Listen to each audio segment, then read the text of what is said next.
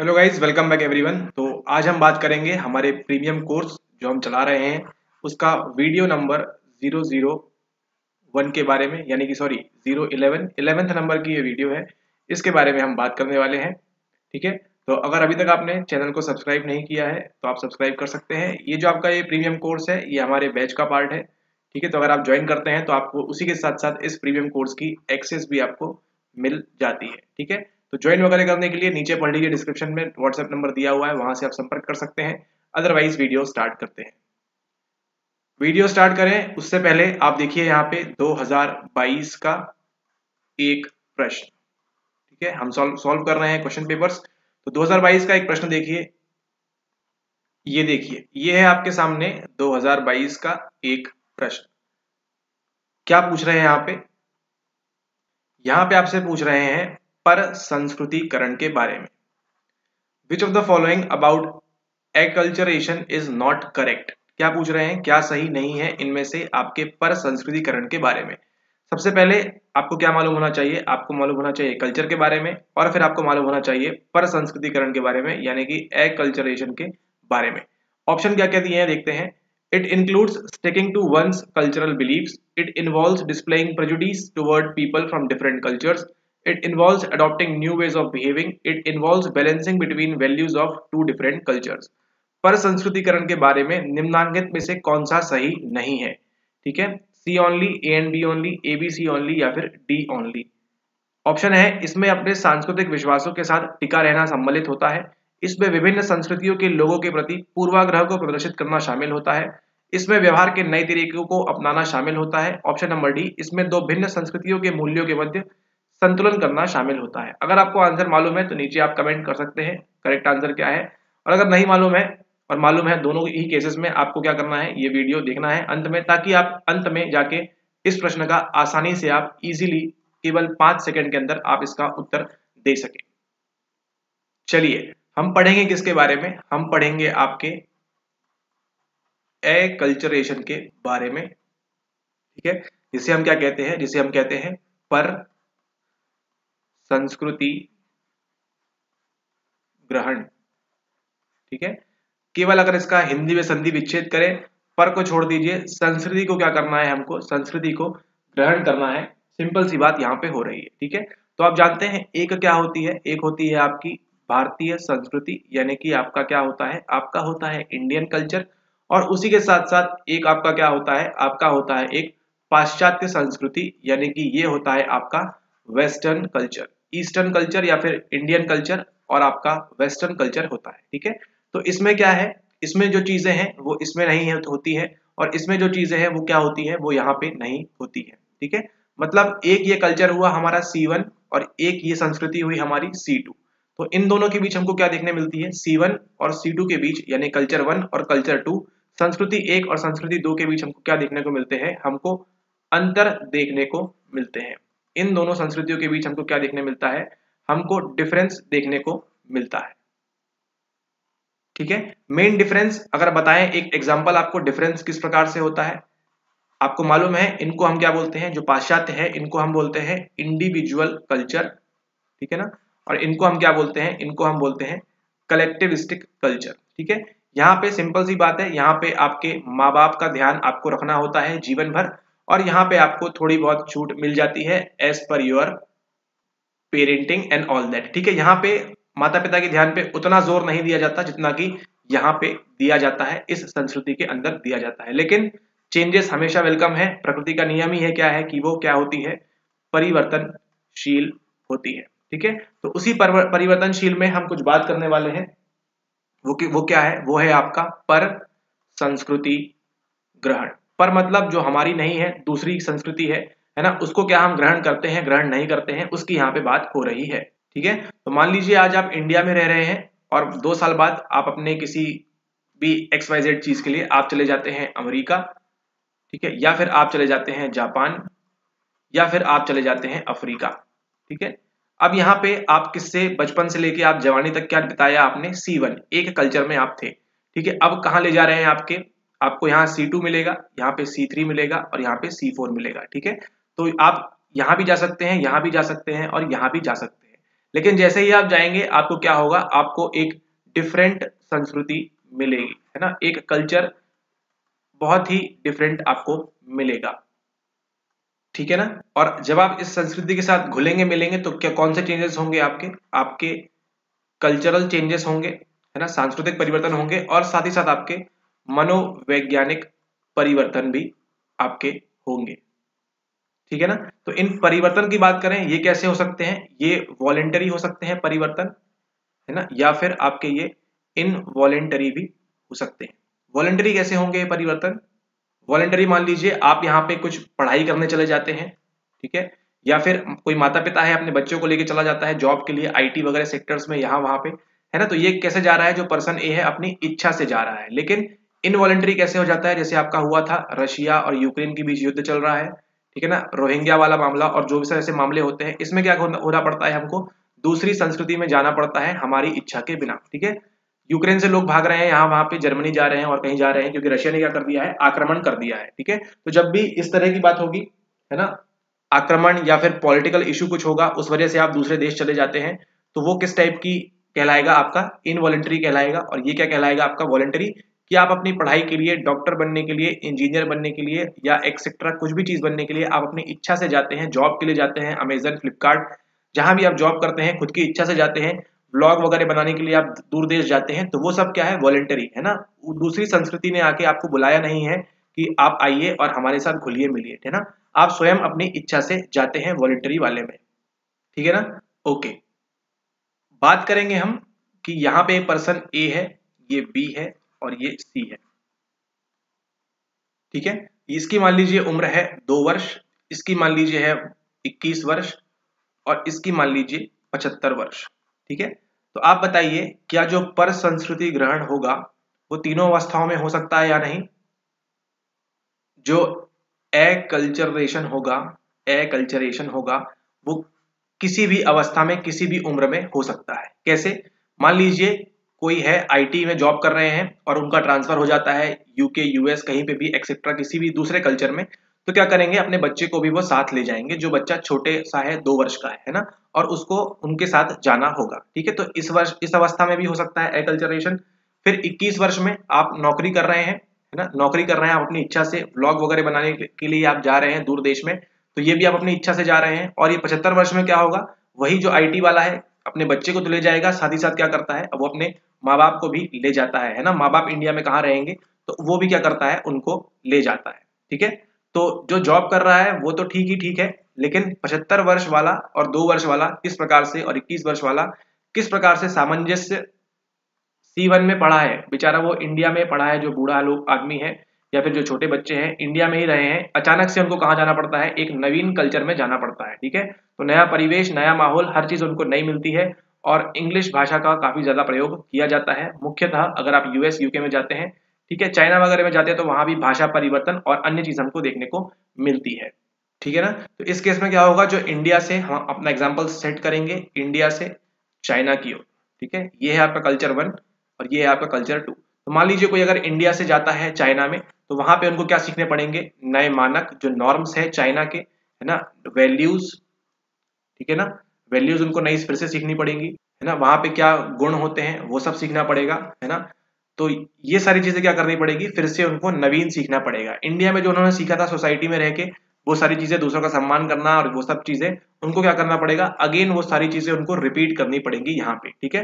तो इसमें 2 केस होंगे, या तो जो एक्सेप्ट हो जाएगा, है ना, दूसरे कल्चर के साथ, C2 के साथ अगर आसानी से कोई सामंजस्य स्थापित कर लेता है, तो उसके लिए क्या कहेंगे हम, कि उसका पर संस्कृति ग्रहण हो चुका है ना, या उन्होंने एकल्चरेशन कर लिया है। लेकिन मान लीजिए जो एक्सेप्ट नहीं कर पा रहा है ना, डिस एक्सेप्ट है, ठीक है, एक्सेप्ट नहीं कर पा रहा है C2 को, तो क्या कहेंगे, उनको एकल्चरेशन में, पर संस्कृति ग्रहण में क्या हो रहा है उनके साथ, उनको कठिनाई का सामना करना पड़ रहा है, ठीक है ना। और फिर क्या होता है, वो द्वंद्व की स्थिति में पड़ जाते हैं, उनके जीवन में फिर क्या होने लगता है, कॉन्फ्लिक्ट आने लगता है। उदाहरण से समझते हैं, एक्सेप्ट तो समझ जाइए कि जो 2 वर्ष का बालक है वो क्या करेगा, वो पढ़ते पढ़ते पढ़ते पढ़ते 18 वर्ष में आते आते क्या हो जाएगा, पूरी तरह से चाइना के कल्चर से वाकिफ हो जाएगा, वहां की वैल्यूज, एटीट्यूड्स, नॉर्म्स सबके साथ क्या कर लेगा, अपना पर संस्कृति ग्रहण कर लेगा। लेकिन मान लीजिए उसी 2 वर्ष के जो दादाजी थे जिनकी उम्र 80 वर्ष है, ठीक है, मान लीजिए कोई एक पर्सन है जिसका नाम है राजीव, है ना। राजीव क्या करता है, अपने बूढ़े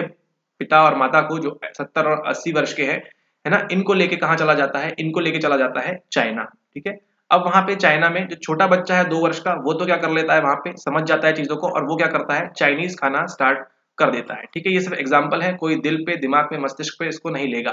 ठीक है, तो चाइनीज खाना स्टार्ट कर देता है। लेकिन जो ये बूढ़े माँ बाप है, इन्होंने बचपन से दाल रोटी दलिया सत्तू ये सब खाया है, उनको क्या आदत नहीं है, उनको चाइनीज पिज्जा हॉट डॉग और इन सब की आदत नहीं है। तो उनके साथ क्या उत्पन्न होगा वहां पे, उनके साथ वहां पे द्वंद्व उत्पन्न होगा। ठीक है, चाइना में जाके लोग वहां पे कीड़े मकोड़े पालते हैं, कुत्ते वगैरह पालते हैं। ठीक है, तो वो जो 2 वर्ष का बालक है वो तो सहन कर लेगा, लेकिन 80 वर्ष जो है, इन्होंने जीवन में कभी कुत्ता नहीं देखा अपने घर में, है ना। ये इन्होंने मेहनत करके रोटी पसीना करके राजीव को पढ़ाया, लेकिन राजीव क्या कर रहा है, अब उनके पर संस्कृति ग्रहण में क्या करेगा, द्वंद्व उत्पन्न करेगा। तो आप ही बताइए, क्या जो 80 वर्ष के माता पिता या 70 वर्ष 60 वर्ष जो भी हैं, उनकी उम्र, क्या वो वहां पे स्वयं को स्थापित कर पाएंगे, है ना, या फिर उनको स्वयं को स्थापित नहीं कर पाएंगे। उनको मजा तो बिल्कुल नहीं आएगा वहां पे, उनको आनंद तो बिल्कुल नहीं लगेगा, है ना। तो यही बात होती है जब आप क्या कर पाते हैं, दूसरी संस्कृति को आप एक्सेप्ट नहीं कर पाते हैं। ठीक है, इसका आप ध्यान रखें।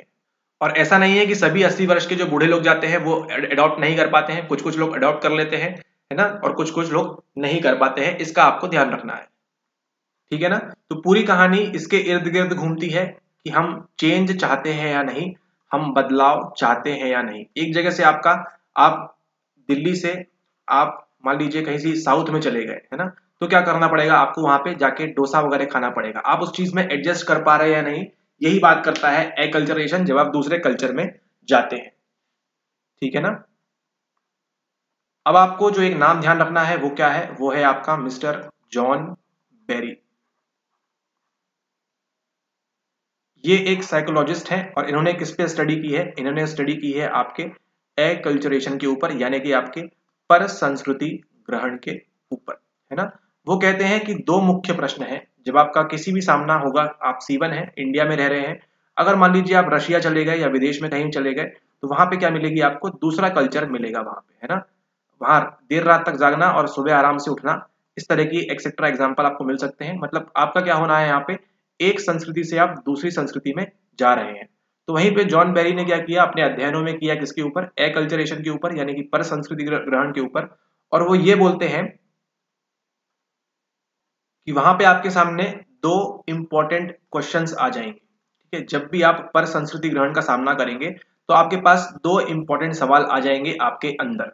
ठीक है, वो क्या है, वो ये है कि वे स्वयं का जो कल्चर है C1, है ना, उसको और अपनी आइडेंटिटी को, है ना, कितना वो उनमें इंटरेस्ट है कि वो इसको बनाए रखना चाहते हैं। क्या उनको इंडियन कल्चर से प्यार है ना, उसको पसंद करते हैं, और उसकी अनन्यता को या उसकी जो आइडेंटिटी है इसको वो क्या करना चाहते हैं, इसको बनाए रखना चाहते हैं।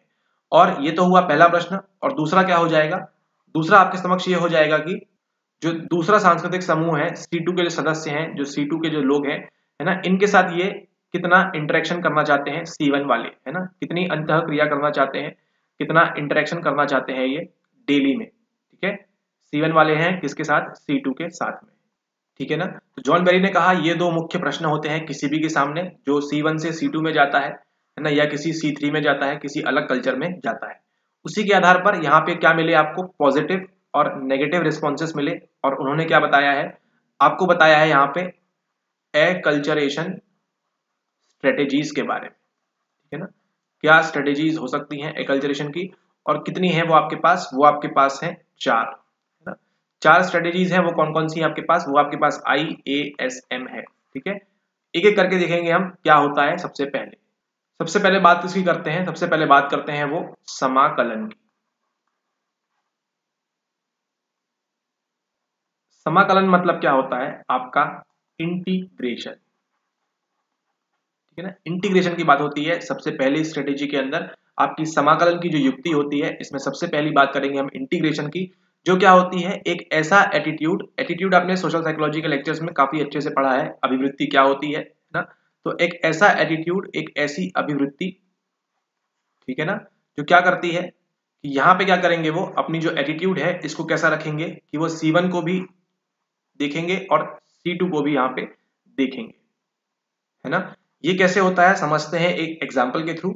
मान लीजिए ये है इंडिया, ठीक है, और ये है चाइना। ठीक है, मोस्ट रिलेटेबल एग्जाम्पल समझेंगे हम किसके बारे में, हम समझेंगे ईश्वर के द्वारा। ठीक है, ईश्वर ये कुछ भी हो सकता है। तो यहाँ पे मान लीजिए, यहाँ पे जिस ईश्वर की पूजा करते हैं आप, है ना, और यहाँ पे किसी अलग ईश्वर की पूजा होती है। ठीक है ना। अब क्या हुआ, अब आप इंडिया से चले गए हैं कहाँ पे, इंडिया से जाके आप चले गए हैं चाइना में। तो इंडिया में जो आपको जिस ईश्वर की पूजा करते थे वहां पे आपको यहाँ पे मिल सकता है, जहां पे जाके आप पूजा करते हैं स्थान मिल सकता है, लेकिन वहां पे क्या मिलेगा आपको, इस प्रकार के स्थान मिलेंगे लेकिन उतने ज्यादा आपको यहाँ पे नहीं मिलेंगे। ठीक है, तो सवाल उठता है कि क्या आप पूजा करना छोड़ देंगे, या जिस भी खुदा को आप मानते हैं उसको मानना छोड़ देंगे आप, है ना। तो ऐसा नहीं होता है कहाँ पे, आपके इंटीग्रेशन में। ठीक है ना। तो आप अपनी क्या करते हैं, इंटीग्रेशन के अंदर यानी समाकलन के अंदर क्या करते हैं, आप अपनी स्वयं की आइडेंटिटी को क्या रखते हैं, बनाए रखते हैं, है ना। मतलब आप यहाँ पे A1 जो आपके ईश्वर है A1, और यहाँ पे मान लीजिए A2 है। ठीक है, तो यहाँ पे क्या करेंगे आप, A1 को आप मानेंगे, और साथ ही साथ जब आपकी इस कल्चर में एक्टिविटी होगी तो A2 को भी क्या करेंगे आप यहाँ पे मानेंगे। मानेंगे से अर्थात मतलब उसको आप डेली इंटरेक्ट करेंगे उनके साथ, उनके जो पूजा का स्थान होगा वहां पे आप जा सकते हैं, नहीं जा सकते हैं, आपकी मर्जी के ऊपर है। ठीक है, लेकिन आप इसमें इससे भी सहमत हैं और इससे भी सहमत है, मतलब कौन सी अवस्था में है, अवस्था नहीं, कौन सी स्ट्रेटेजी कहलाएगी, इसे कहलाते हैं हम समाकलन, है ना। इसका मतलब हम जो कर रहे हैं वो भी सही है और ये भी जो हो रहा है वो भी सही है। तो इसमें क्या करते हैं, आप अपनी जो मूल संस्कृति है इसको क्या रखते हैं, इसकी आइडेंटिटी को आप जिंदा रखते हैं, इसको आप बचाए रखते हैं। ठीक है ना। तो हम यहाँ पे कह सकते हैं कि हमको यहाँ क्या देखने मिलती है, हमें यहाँ पे सांस्कृतिक अखंडता देखने मिलती है, कल्चरल इंटीग्रिटी हमको देखने को मिलती है फर्स्ट स्टेज के अंदर, यानी कि इंटीग्रेशन के अंदर। ठीक है, ओके। नेक्स्ट बात करते हैं, नेक्स्ट क्या है हमारे पास, अगला है हमारे पास आत्मसातकरण। ठीक है ना, आत्मसातकरण है हमारे पास। ये आपने देखा था डेवलपमेंट की सीरीज में, ये वही है जिसे हम कहते हैं क्या, जिसे हम कहते हैं एसिमिलेशन। एसिमिलेशन में क्या होता है, इसमें क्या करते हैं आप, A1 को छोड़ के आप किसकी तरफ भागते हैं, आप A2 की तरफ भागते हैं। ठीक है, A1 A2 इस एग्जाम्पल में ईश्वर है। आप इसके लिए कुछ अन्य एग्जाम्पल एक्सेट्रा भी अपने स्वयं से जो आपको अच्छा लगता है, आसान लगता है याद रखने में, उसको आप रख सकते हैं। ठीक है, जैसे A1 मान लीजिए यहाँ पे कार्टून ही हो सकता है, या कोई जो हम गेम खेलते थे खो खो का वो भी हो सकता है ना, वहां जाके आप चाइनीज वीडियो गेम्स वगैरह और टॉयज वगैरह से खेलना स्टार्ट कर देंगे। ठीक है, जस्ट ये एग्जाम्पल है। तो A1 को छोड़ के क्या क्या करेंगे, A1 को पूरी कंप्लीटली आप क्या करेंगे, यहाँ पे आप अपनी जो सोशल आइडेंटिटी, सोशल नहीं, आपकी जो कल्चरल आइडेंटिटी है इसको क्या कर देते हैं, आप इसको बना के नहीं रखना चाहते हैं, जैसा आप कर रहे थे किसके अंदर, जैसा आप कर रहे थे फर्स्ट स्ट्रेटेजी के अंदर। यानी कि इंटीग्रेशन में क्या कर रहे थे आप, A1 भी ठीक है और A2 भी ठीक है, लेकिन एसिमिलेशन में क्या कर रहे हैं आप, A1 को पूरी तरह से आप क्या कर रहे हैं, यहाँ पे अपनी जो स्वयं की अनन्यता है, जो आइडेंटिटी है, इसको आप क्या कर दे रहे हैं, कंप्लीटली डिस्कार्ड कर दे रहे हैं। ठीक है ना। और आप क्या चाहते हैं कि अब चाइना के लोग आपका सम्मान करें, आपको पूजे पाजे जो भी करना है ना, तो इसके लिए क्या करते हैं आप A2 के प्रति आप क्या हो जाते हैं, यहाँ पे समर्पित हो जाते हैं। आपने क्या कर लिया है, आत्मसातकरण कर लिया है, कौन सी संस्कृति का, ये जो चाइनीज संस्कृति है, कल्चर है, उसको आपने क्या कर लिया है, यहाँ पे आपने आत्मसातकरण कर लिया है। ठीक है ना। तो इस केस में क्या होगा, यहाँ पे क्षति होगी किसकी, आपका जो कल्चर था C1, जिस भी कल्चर से आप आए थे उसकी क्षति होती है, क्योंकि आपने क्या किया, C1 कल्चर को पूरी तरह से आपने बॉयकॉट कर दिया, छोड़ दिया, और फिर कहाँ चले गए आप, C2 की तरफ चले गए। ये हुई कौन सी, दूसरी स्ट्रेटेजी, जिसे हम क्या कहते हैं, जिसे हम कहते हैं एसिमिलेशन। फिर अगला आता है हमारे पास कौन सी, अगली बात हमारे पास आती है थर्ड युक्ति, जिसे हम क्या कहते हैं, जिसे हम कहते हैं पृथक्करण। ठीक है, पृथक्करण यानी कि हम कहते हैं सेपरेशन। इसमें क्या होगा, इसमें आप ये कहेंगे कि नहीं, C1 जो है वही सर्वोपरि है और C2 कुछ भी नहीं है। आप इनसे क्या करेंगे, C2 वालों से आप इंटरेक्शन करने से बचेंगे। ठीक है, आपके लिए जो महत्वपूर्ण है, आपकी जो सामाजिक नहीं, आपकी जो कल्चरल आइडेंटिटी है, इसको ही क्या करेंगे आप, इसको ही आप व्यवस्थित रखेंगे, और अपनी जो सांस्कृतिक आइडेंटिटी है उसमें आप क्या महसूस करते हैं, आप यहाँ पे गौरव या फिर गौरवान्वित आप यहाँ पे महसूस करते हैं। ठीक है, आपकी जो कल्चरल आइडेंटिटी है उससे। ठीक है, यहाँ पे आप C2 को क्या करेंगे, कंप्लीटली यहाँ पे आप डिस्कार्ड कर देंगे। ठीक है, ये हुई आपकी तीसरी युक्ति, यानी कि आपकी पृथक्करण की युक्ति ना। तो ऐसे लोग जो होते हैं वो क्या करते हैं, आप किसी दूसरे देश में जाएंगे तो आप क्या रखेंगे, C1 को ऊपर रखेंगे, और बाकी जो हो रहा है वो सब क्या है, वो सब पानी कम है।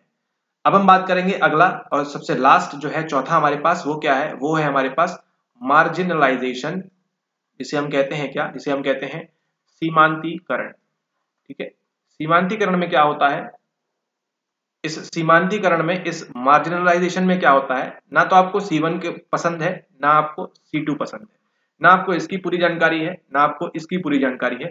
तो आप कहाँ पे होते हैं, एक सीमा के ऊपर होते हैं, यानी कि आप एक बॉर्डर के ऊपर, यहाँ पे इस प्रकार की एक सीमा के ऊपर होते हैं, है ना। ना तो आप यहाँ पे जा पा रहे हैं, ना तो आप यहाँ पे जा पा रहे हैं, है ना।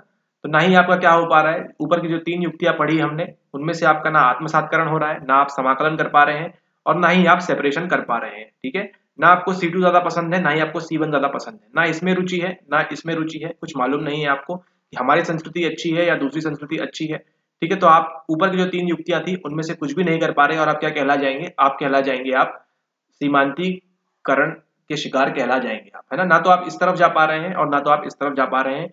इस स्थिति में क्या उत्पन्न होगा, इस स्थिति में उत्पन्न होगा आपके ऊपर दबाव, है ना। आपको समझ में नहीं आ रहा कि ये करूं या ये करूं, आप हमेशा कहां पे हैं, आप हमेशा सीमा पे हैं, ठीक है। तो ये थी आपकी 4 युक्तियां, ठीक है। कौन कौन सी, आपकी समाकलन, आपकी पृथक्करण, आपकी आत्मसातकरण, और आपकी कौन सी, आपकी सबसे अंत में सीमांतीकरण, ठीक है। इनको ध्यान रखिए अच्छे से, और चलते हैं अब हम हमारे प्रश्न के ऊपर कि प्रश्न क्या बोल रहा है, और क्या केवल आपको इतने ज्ञान के आधार पे आप वो सवाल सही कर सकते हैं या नहीं, ठीक है। आपने पहले प्रश्न देख लीजिए, उसको मार्क कर लीजिए कि क्या इसका आंसर होगा, और फिर हम देखते हैं। ये देखिए यहाँ पे क्या बोल रहे हैं, which of the following about acculturation is not correct. पर संस्कृतिकरण, अभी आपने पढ़ा पर संस्कृतिकरण के बारे में, है ना। उसमें कौन कौन सी युक्तियां होती हैं उनके बारे में भी आपने पढ़ा, ठीक है। पर संस्कृतिकरण, संस्कृति ग्रहण एक ही बात है, ठीक है। ऑप्शन क्या दिए हैं, इसमें अपने सांस्कृतिक विश्वासों के साथ टिका रहना सम्मिलित होता है, इसमें विभिन्न संस्कृतियों के लोगों के प्रति पूर्वाग्रह को प्रदर्शित करना शामिल होता है, इसमें व्यवहार के नए तरीकों को अपनाना शामिल होता है, इसमें दो भिन्न संस्कृतियों के मूल्यों के मध्य संतुलन करना शामिल होता है। आप ही बताइए क्या होगा आंसर ना। आपके पास ऑप्शन दिए हैं, क्या केवल सी होगा, केवल ए और बी होगा, केवल ए बी सी होगा, या फिर केवल डी होगा। ध्यान दीजिए प्रश्न में पूछा क्या है, प्रश्न में पूछा है which of the following about acculturation is not correct, मतलब इन चारों में से क्या नहीं होता है ना, एकल्चरेशन के अंदर, वो आपको बताना है। चलिए देखते हैं। इसमें दो भिन्न संस्कृतियों के मूल्यों के मध्य संतुलन करना शामिल होता है, अरे नहीं, ये कैसी बात हो गई, ये तो होता है ना। इसमें व्यवहार के नए तरीकों को अपनाना शामिल होता है, ये भी सही बात है, ये भी होता है ना। ऐसा हमको क्या करना पड़ता है।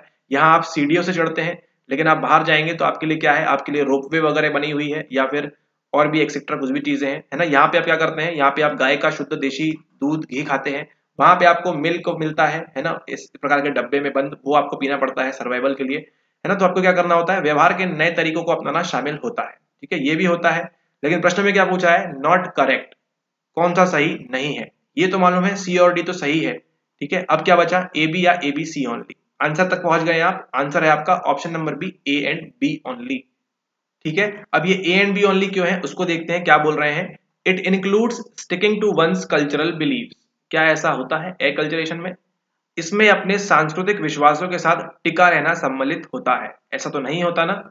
कौन सा सही नहीं है, ये सही नहीं है ना, ऐसा नहीं होता। आपको C1 भी देखना है, C2 भी देखना है, आपकी इच्छा के ऊपर है, ठीक है। लेकिन आप अपने C1 के साथ जरूर टिके रहेंगे, ऐसा बिल्कुल भी आवश्यकता नहीं है। It involves displaying prejudice toward people different from different culture, ऐसा तो नहीं ना कि अगर आप C1 से हैं और C2 है तो इनके प्रति क्या धारण कर लेंगे आप, पूर्वाग्रह को प्रदर्शित करना शामिल होता है ना, ये भी नहीं होता है, ठीक है। ये दोनों गलत है। तो राइट आंसर क्या होता है हमारा, राइट आंसर होता है option number B, A and B only. Acculturation is not correct पूछा है आपसे, ठीक है। और करेक्ट पूछा होता तो क्या हो जाता आपका, सी एंड डी आपका करेक्ट हो जाता, ठीक है। ओके, तो इस वीडियो के लिए इतना ही, इस क्लास के अंदर इतना ही। आपने क्या सीखा आज, आपने सीखा आज एक्लचरेशन के बारे में, और इसी के साथ साथ हमने सॉल्व किया क्या, हमने सॉल्व किया PYQ, जो किससे संबंधित था, आपके 2022 12 जुलाई वाले सेशन से संबंधित, ठीक है।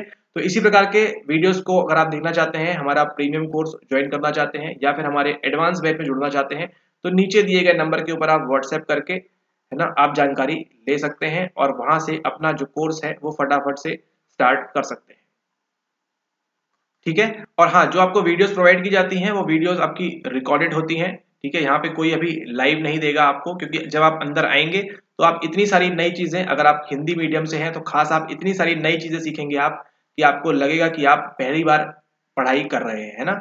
कई सारी चीजें ऐसी हैं कोर्स के अंदर जो आप नवीन पढ़ेंगे, पहली बार पढ़ेंगे, है ना, और जिसमें आपको धीरे धीरे क्या होने लगेगा, धीरे धीरे आपको आनंद की अनुभूति होगी, है ना, आपको यूडेमोनिया मिलेगा धीरे धीरे, और उसी के साथ साथ आप चीजों को सीखेंगे और नेट जो आप पास करना चाहते हैं उसमें आपके क्या होंगे, सिंपली आपके चांसेस इंक्रीज हो जाएंगे, ठीक है ना, अच्छे खासे चांसेस आपके इंक्रीज हो जाएंगे। और अगर अगर अभी आप ज्वाइन करते हैं तो जून 2023 का आपका नेट कोई नहीं रोक सकता, मतलब कोई नहीं रोक सकता, ठीक है। आपको करना क्या है, केवल जो वीडियोस प्रोवाइड किए गए हैं जिस फॉर्मेट में, उनको देखना है, रिवाइज करना है, एंड बाकी सारी चीजें आपको बता दी जाएंगी कोर्स के अंदर। फीस आपकी कितनी है, फीस आपकी फ्लैट 15,000 है अभी आपकी, ठीक है। जिनको ज्यादा लग रही है तो कोई बात नहीं, आप सेल्फ स्टडी कर सकते हैं, ठीक है। और जिनको लग रहा है कि वो पे कर सकते हैं ये एक बार में, ठीक है, या फिर 2 बार में 10+5 ऐसे करके पे कर सकते हैं, तो ज्वाइन करिए। डेफिनेटली आप नेट का जो 2023 का पेपर होगा अभी जून वाला, वो आप डेफिनेटली इजीली बड़े ही आराम से के साथ आप उसको क्रैक कर लेंगे, ठीक है। और बाकी फिर अगर आप चाहते हैं फीस बढ़ने का इंतजार तो वो भी कर सकते हैं, आप फीस फिर से बढ़ाई जाएगी, ठीक है। अभी के लिए आपकी फीस कितनी है, ₹15,000 ओनली, ठीक है। कई सारे बच्चे लोग जुड़े हैं, उनको नई नई चीजें सीखने को मिल रही हैं, काफी सारी चीजें ऐसी होती हैं, तो एक चीज मत करिए, वो है आपका टाइम वेस्ट, है ना। यहाँ वहां आप क्या करेंगे, केवल टाइम वेस्ट करेंगे जिसका कोई अर्थ नहीं है। ज्वाइन करिए फटाक से, एक बार का आपका ये इन्वेस्टमेंट है। और हाँ, मेन मुख्य बात यहाँ पे ये है कि इसकी वैलिडिटी कुछ नहीं है, ठीक है। जिस दिन आपका नेट का सर्टिफिकेट आ जाएगा, आप बता देंगे कि हमारा सर्टिफिकेट आ गया है, उस दिन आपके लिए स्टॉप हो जाएगा, ठीक है ना। तो लेकिन जब तक आप 23 में दे रहे हैं, 24 में दे रहे हैं, 25 में दे रहे हैं, 26 में, 27 में, 28 में, वन टाइम क्या करना है आपको, केवल ज्वाइन करना है। वन टाइम ज्वाइनिंग के बाद आप जीवन में आपको जब भी नेट देना है आप उसको दे सकते हैं, लेकिन जैसे ही एक बार आपका नेट का सर्टिफिकेट आ जाएगा उसके बाद ये वैलिड नहीं रहेगा, इस बात का आप ध्यान रखें, ठीक है ना। तो आइए ज्वाइन करिए, एंड आप सभी को जो फरवरी में एग्जाम देने वाले हैं, ऑल द बेस्ट, ठीक है। इसमें आपको सब मॉक टेस्ट वगैरह भी कराए जाते हैं, वीडियो लेक्चर्स भी मिलते हैं, डाउट सॉल्विंग तक की तो बात ही नहीं पहुंचती है, क्योंकि डाउट कुछ बचता ही नहीं है, क्योंकि आप सारी चीजें देखेंगे अंदर अलग डिफरेंट होती हैं, एंड कई सारी चीजें आपको मदद करती हैं आपके नेट के सर्टिफिकेट तक पहुंचने के लिए, ठीक है। Okay, thank you very much, have a nice day ahead. अगर अभी तक सब्सक्राइब नहीं किया है तो सब्सक्राइब कर दीजिए, और वीडियो पसंद आया हो तो लाइक कर दीजिए। आपने सीखा एक इंपॉर्टेंट टॉपिक, महत्वपूर्ण टॉपिक पर संस्कृतिकरण के बारे में, है ना। आप भी देखिए कहाँ बैठे हैं, अभी C1 में बैठे हैं, आप अपने कल्चर में बैठे हैं, अपनी MA की BA की किताबें लेके बैठे हैं।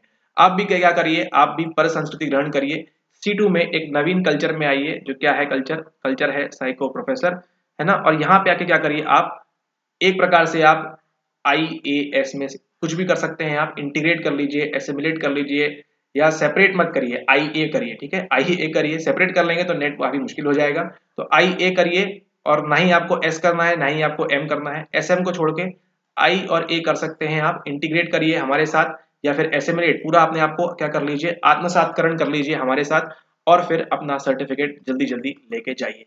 ऑलराइट, ओके, वीडियो काफी लंबा हो चुका है, टेलीग्राम पे ज्वाइन नहीं किया है तो कर लीजिए, ठीक है। और बाकी सब ठीक ही है। नमस्ते and have a good day ahead.